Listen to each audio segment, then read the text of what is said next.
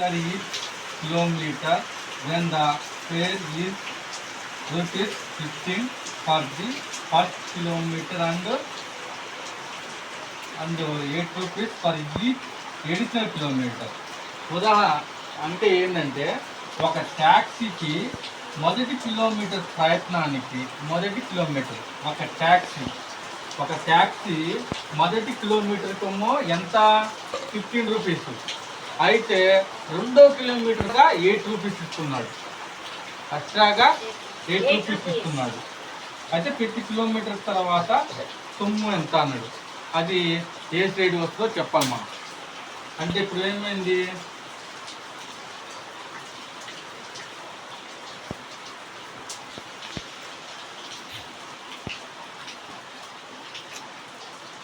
First kilometre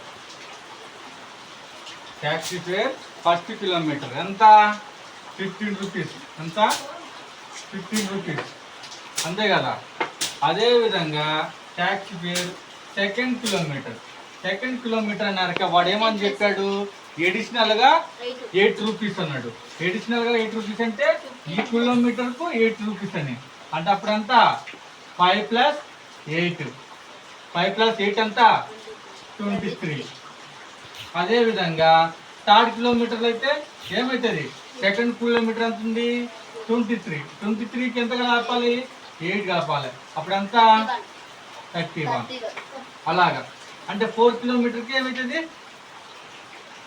31 + 8 అంటే ఎంత 39.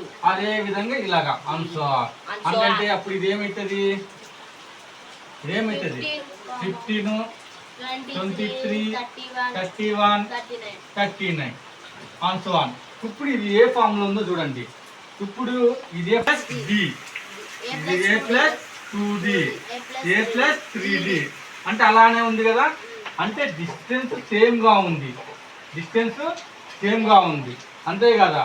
2 multiplication చేస్తే వచ్చింది. అంటే దీనికి చూడండి ఏ అంటే 15 అంతేనా. చూడండి 23 ప్లస్ ఎంత 8 అనుకుంటే ఇదేంటి 15 ప్లస్ 2D ఎంత 16 కూడితే ఎంత 16 కూడితే ఇప్పుడు A + 2D అనుకున్నాం కదా. ఇప్పుడు ఏ అంటే 15, ఏ అంటే 15 కదా. 15కు 16 కూడితే ఎంత 31. అంటే ఇది ఏ రూపంలో వస్తుంది, ఏపీ రూపంలో వస్తుంది. అంటే దిస్ ఫామ్ ఏంటిది ఏపీ ఫామ్ అయిపోయింది. థర్డ్ ప్రాబ్లం ఏంటంటే ముందు అంక స్టేట్ అవుతుందా కావటం లేదా ఏం చూడాలి. ఇప్పుడు ఏమని చెప్పాడు, the cost of digging a well after every metre of digging when it cost 150 for the first metre and rise by 50 for each substitute metre. అంటే ఒక బావి తవ్వడానికి మొదటి మీటర్ అంతా ఒక బావి అంటే అంతా ఒక వెల్ అంటారు దాన్ని. ఇంగ్లీష్లో ఏంటంటే the well.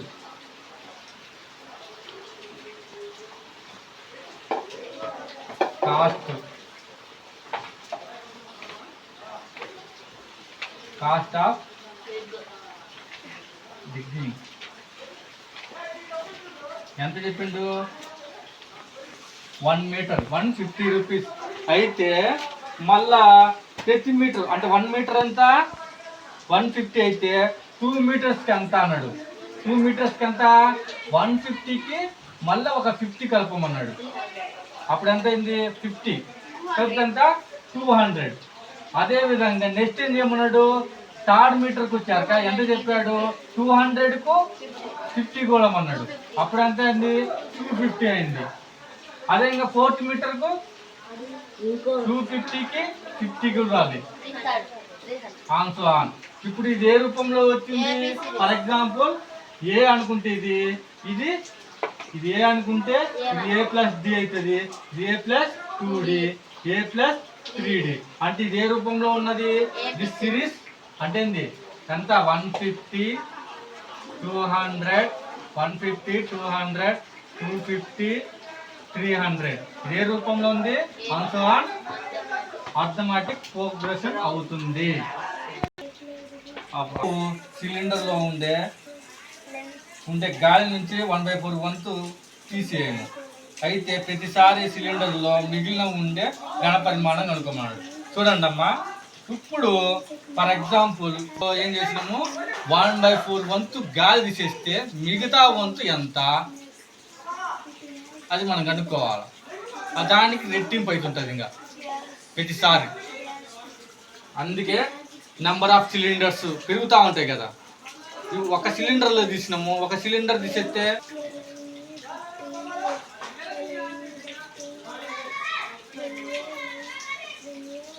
the amount of air present in a cylinder ఏమనుకోమనంటే V అనుకున్నాం. సిలిండరు ఎంత అనుకున్నాం, వ్యాక్యూమ్ ఎంత ఉందన్నాడు, సిలిండర్ V అనుకుంటే దీంట్లో అంటే V అంటే 1 అనుకుందాం, మొత్తాన్ని 1 అనుకుందాం. మొత్తాన్ని 1 అనుకుంటే దీంట్లో నుంచి ఏం తీసుకున్నాము, సిలిండర్లో నుంచి వ్యాక్యూమ్ పంపు రిమూవ్ చేసింది. రిమూవ్ ఎంత తీసేసిండు 1/4 తీసేసింది. అంత 1/4 తీసేసిండు. అంటే ఎంత తీసేసిందన్న మీనింగ్ చూడండి. మొత్తం ఎంత 1 అనుకుంటే 1 - 1/4 అంటే ఎంత 3/4. ఇంకెంత మిగిలింది, ఇదేంటిది రిమైనింగ్. అంటే ఇప్పుడు రిమూవ్ చేసిందంత 1/4, మొత్తం ఎంత 1 అనుకున్నాం. 1 అనుకుంటే దాంట్లో నుంచి రిమూవ్ చేసిందంత 1/4 అంటే ఎంత ఉంది, 3/4 ఉంది. అంటే ఇది ఒక సిలిండర్. 2 సిలిండర్ వచ్చాక ఇది ఫస్ట్ సిలిండర్. ఇప్పుడు సెకండ్కి వచ్చాక ఏమవుతుంది 3/4 అవుతుందిగా. ఈ 3/4 ఏమవుతుంది, 2 అవుతాయి. ఏమవుతుంది ఇప్పుడు 3/4 మళ్ళా 3/4 ఏమవుతుంది, దీని ప్రకారం 9/16 అవుతుంది.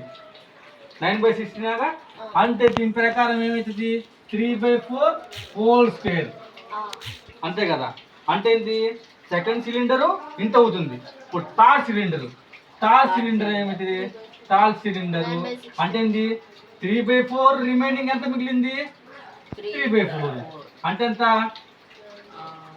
అలా పోతుంది. అంటే ఇది ఏ ఫామ్ లో వచ్చింది, ఫస్ట్ వీనే ఉండేది V, సిలిండర్ V అనుకున్నాం. తర్వాత ఇదేముంది సెకండ్ 3/4 V అనుకోవాలి, గని పరిమాణం V అంటే. తర్వాత ఏమైంది 3/4 హోల్ స్క్వేర్ అంతేనా. తర్వాత నెక్స్ట్ ఏమైంది 3/4 హోల్ క్యూబ్ అంటే ఈ రూపంలో పోతుంది.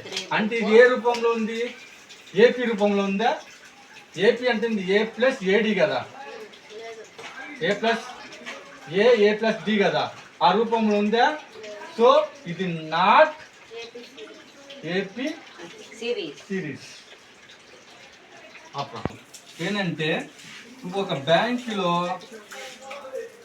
10,000ను సంవత్సరానికి 8% చక్రవడ్డీ ప్రకారము పొదుపు చేసిన ప్రతి సంవత్సరము చివరిలో ఖాతాలో ఉండే సొమ్ము ఎంత అన్నాడు. ప్రతి సంవత్సరము ఖాతాలో. ఇప్పుడు ఏం చేసినామంటే ఏంటంటే మీ కాడ 10,000 ఉన్నాయి. 10,000 ఏం చేసినావు, బ్యాంకులో కట్టినాం. బ్యాంకులో కడితే మనకు చక్రవడ్డీ ప్రకారము సంవత్సరానికి ఎంతెంత పడుతుంది అని అడుగుతుండ్రు. సంవత్సరానికి ఎంత పడుతుందో మనకి లేదా. ఇప్పుడు ఎన్ని ఇయర్స్ చెప్పాలా, కానీ సంవత్సరానికి ఎంత పడుతుంది కనుక్కోవాలా. అంటే ఏం చేయాలా, ఇప్పుడు ఫస్ట్ ఇయర్ 1 ఇయర్. ఇప్పుడు కాంపౌండ్ ఇంట్రెస్ట్ అంటే formula P × 1 + R/100 whole power n. P అంటే అమౌంట్, మనకి ఎంత ఇచ్చిండు 10,000. R అంటే రేట్ ఎంత ఇచ్చిండు 8%.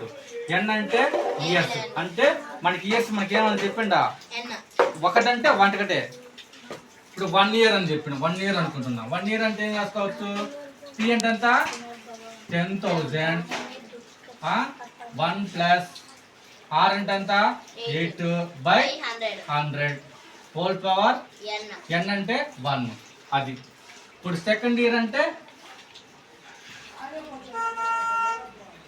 10,000 1 plus 8/100 whole square.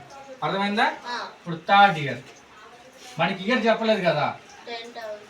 10,000 1 plus 8/100 whole cube అంటే ఇలా వస్తుంది.